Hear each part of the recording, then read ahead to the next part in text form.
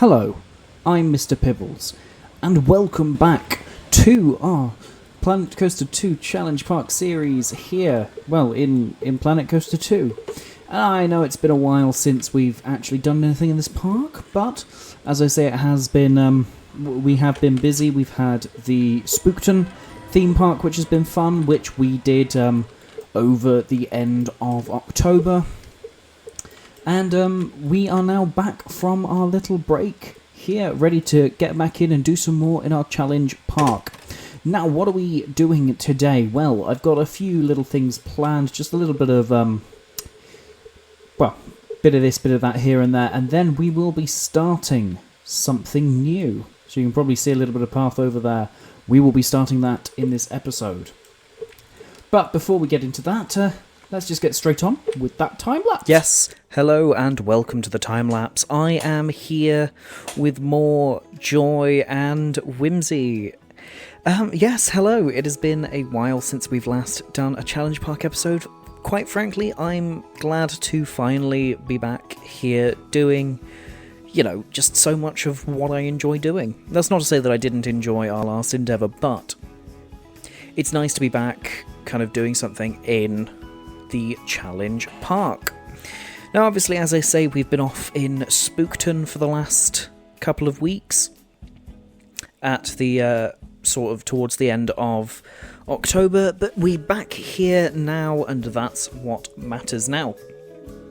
Speaking of what we're doing today, we are starting off with something a little bit like this. This is something that I wanted to do before I went on a break, but just kind of lost time to. So instead, we're doing it here, where we're starting off with some dodgems, because I noticed this area around the back of Spook Manor and thought, well, that's the perfect amount of space for something like a set of dodgems. Hence a set of dodgems. And I thought I could tie this into Spook Manor and kind of make it really fun. So this is kind of like your bonus Halloween episode without really being Halloweeny or whatever, but there we go. But yes, it is nice to be back in the Challenge Park, back in Pibbleville, and it is nice to kind of hop in and try doing something else. Hence this. But yeah, so this kind of is the start of almost, I'm not going to say a new era of the Challenge Park, because it's not, but I'm really happy that I've had a chance to kind of get in and do Spookton before coming back and doing more in this. Simply because I can take everything that I learnt while doing stuff in Spookton, I can come back and go, okay, I know what I'm doing now. That's not to say that I didn't know what I was doing beforehand, but it's that sort of thing of, I've had a little bit more experience with something a little bit bigger, something a little bit more interesting, so here I am doing this. Now, what are we going to be looking at schedule-wise for this? Well, I'm thinking we're going to have 2 episodes a week of this series.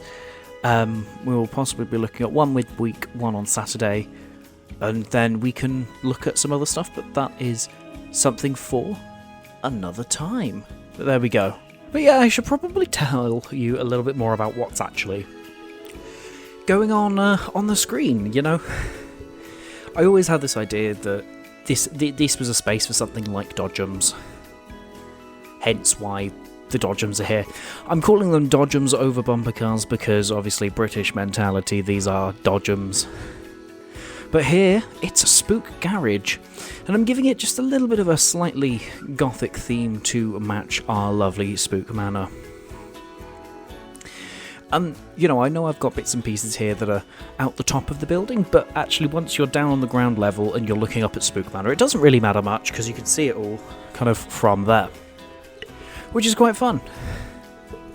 So yeah, moving on to these pillars. So what I knew I wanted was to have these pillars covered. The rest of it can stay, but these pillars were something that was like, yes, no, that needs to be a little bit more kind of spookified, if you will. And again, I know we're not in Halloween anymore, so this is sort of out of place, but we can live with it. It's sort of a bonus to all of that. But there we go. So, coming in here and just placing these down, I thought ultimately these pillars with the buttresses on the side of them would look quite good, and lo and behold, it does. So copying them across there and then just taking it all and duplicating it. It is such an easy process, and I love how simple it is to build things in here. You know, it was sometimes this simple in Planet Coaster 1, but it's just so much easier in Planet Coaster 2. With a side of Planet Zoo, if you are so inclined. I've been getting back into that recently. I don't know why, I've just started playing it again, and it is quite fun. So if that is something you want to see, possibly, then let me know. I am, of course, I will say I am, of course, having a giggle, but I am not. If you do want to see me play some Planet Zoo, then let me know. I've got a few ideas, but there we go. That's something that I can talk about at a later date. Again, I wish there was more I could say over the top of this, but it is literally just coming in and placing down some pieces around a set of dodgems. Obviously, I never really intended when I started off for the back of Spook Manor to be really properly visible. So instead, what we're ending up with is a little bit more kind of just adding bits and pieces to make it less visible and less, flat brick wall. So we're starting off here with some of these tall windows in a lovely bit of a cross-hatch design. I just thought they'd look nice, and sticking a door down there, you don't really need much more than a couple of windows, and that will serve you well. It's not something that needs masses of stuff, it's just there. Coming in, placing down more of these sorcery fences. I do absolutely love this fence. It is one of my favourites at the moment. It's not my favourite in the game, but I've been using it quite a lot because of Spookton. And if you haven't watched that series, please feel free to go back, give it a watch, and all of that. We went into this game with a plan of building a park in 13 episodes, and we did that with much haste.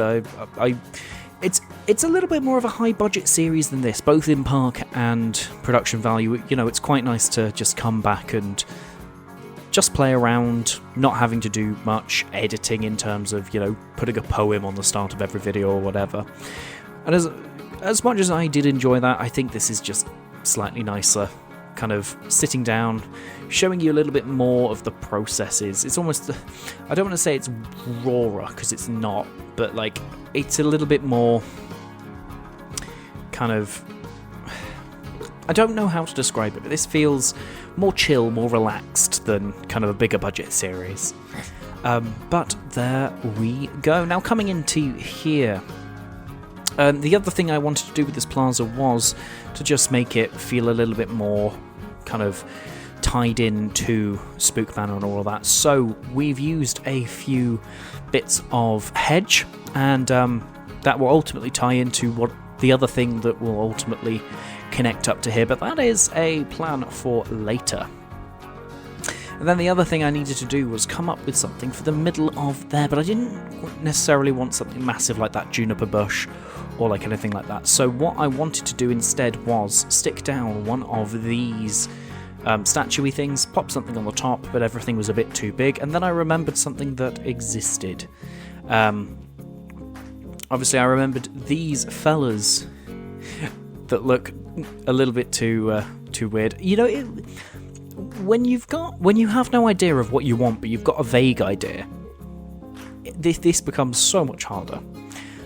But obviously we are coming in here now, and we find these busts, and I ultimately do what I was going to do earlier, and I stick down a pillar and just put these busts on the outside because I thought these would look quite nice. So there they are, just around the edge, and then just getting it in the middle. You can't leave it as just that. There's got to be some amount of foliage. So this arrowwood bush goes in, and I think it's perfect for what it needs to be back here. And we'll just sort out this little bit of path here, and yeah, I think that is just about it for this spook garage, which is quite nice. So it does mean that in a sec we are going to fly over to the other side of the park where this is. That's right, we're back to having this series where there are no cuts in the audio, and I've already made a start on sort of the look of this and the layout of this, and you may be asking yourself what this is.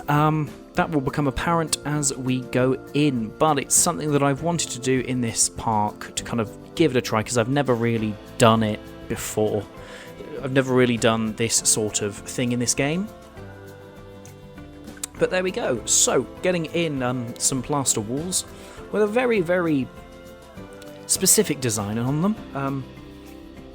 Placing them all down and just getting, again, some more of these bits and pieces in with these pillars, because we have a certain thing in mind, and I'll see if you can guess what we're doing through the next couple of through the next couple of moments before it becomes entirely apparent as we place down some changing rooms and some dryers and some toilets. That is right, we're making a swimming pool, because I've never really got in and made a swimming pool in this game, and I really wanted to actually create sort of one of these swimming pools. You know, slowly I am in the background developing what I would refer to as the lore of Pibbleville and everything, and I just thought something like this would fit in nicely with everything we've got here. And so it would fit almost like the go-karting track as something that existed long before the park was made, but it got bought out, renovated, all of that, like the racetrack. So instead we've got this here, and I wanted to make these very distinct changing rooms. You know, you've got a changing module on each side, and this one will lead you out into a main complex, and then the other side will take you out into slightly more of a slide complex or whatever. But we don't get onto that in this episode. In this episode we are much more focused on just getting in and making a start, as it were.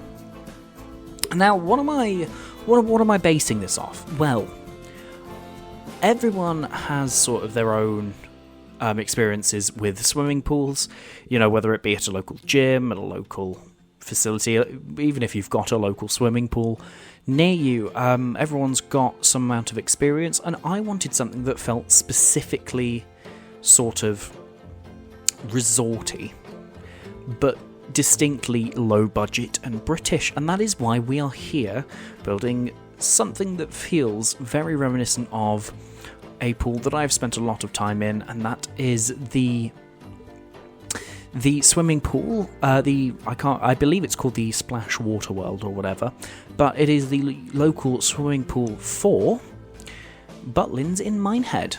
And so I really wanted to kind of get in and create something that felt reminiscent of that, and I think that is the highest, that is the closest kind of equivalent I have to anything that I'm doing in this, is that it feels very much like that.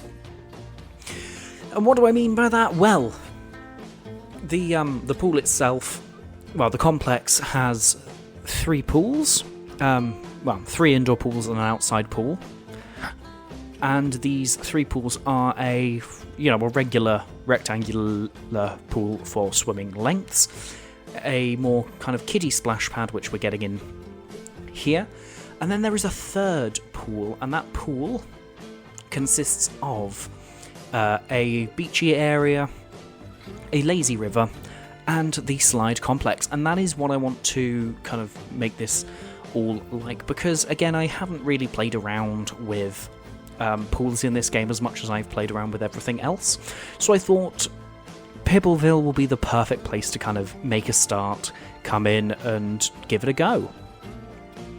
So we are very much starting over here at the splash pad, because I had a number of ideas of what I wanted this to look like, and kind of how I wanted to theme it up, because there are very kind of specific things in mind that I think of when I go, okay, splash pad, what does that look like?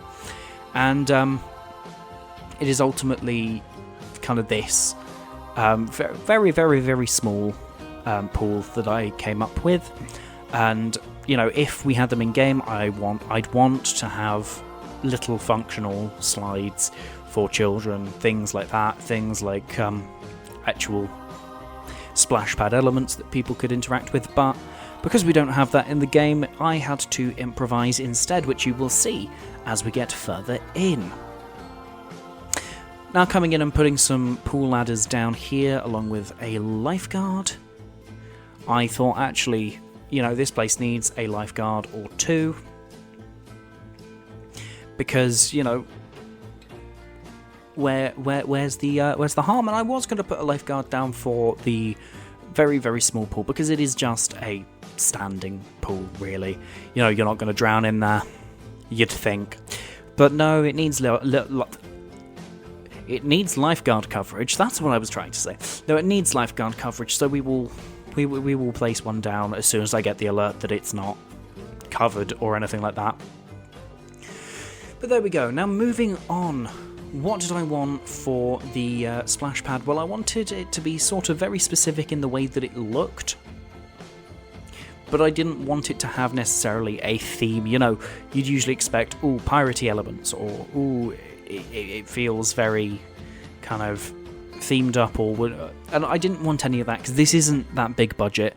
I just wanted something small, hence why we've got we went for those sort of aquatic pipes. So I think, kind of in essence, you could say that this is aquatic themed, but it's really not.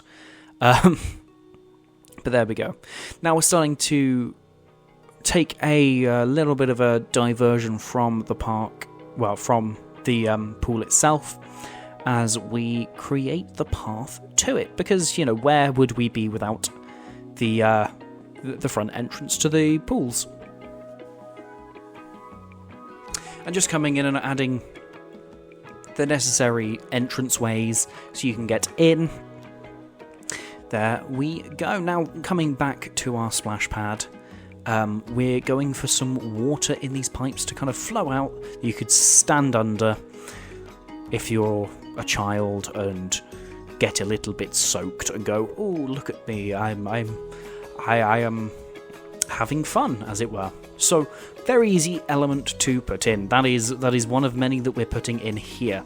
What are we doing for this second one? Well, we're starting off with some pipes, just very, very small. And yeah, so how do we make that? How do we make that fit in with everything else? Well, you're about to see in a bit.